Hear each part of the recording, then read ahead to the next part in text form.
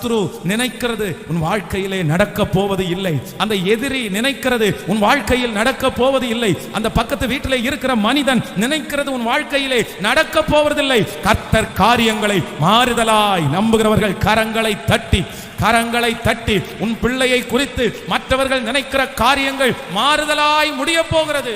உங்கள் எதிரிகள் சொல்லுகிற காரியங்கள் மாறுதலாய் முடிய போகிறது. அந்த மருத்துவர் சொல்லுகிற காரியங்கள் மாறுதலாய் முடிய போகிறது. அந்த சொந்தங்கள் சொல்லுகிற வார்த்தை மாறுதலாய் முடியப்படுகிறது. காரியங்களை மாறுதலாய் முடிய பண்ணுகிற கர்த்தர் அவர். ஹல்லேலூயா.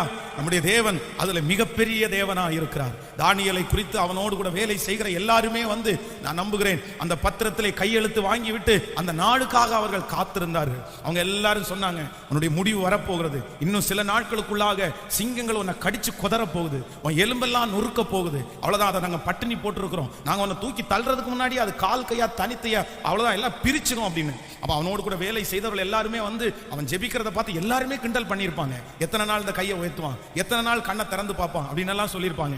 ஆனா வேதம் சொல்லுகிறது, கர்த்தர் அந்த சிங்கத்தினுடைய கெபியிலே காரியங்களை கர்த்தர் மாறுதலாய் முடிய பண்ணினார்.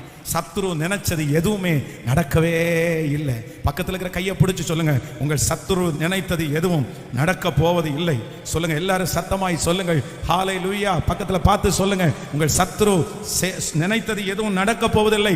கர்த்தர் காரியத்தை மாறுதலாய் முடிய பண்ண போகிறார்.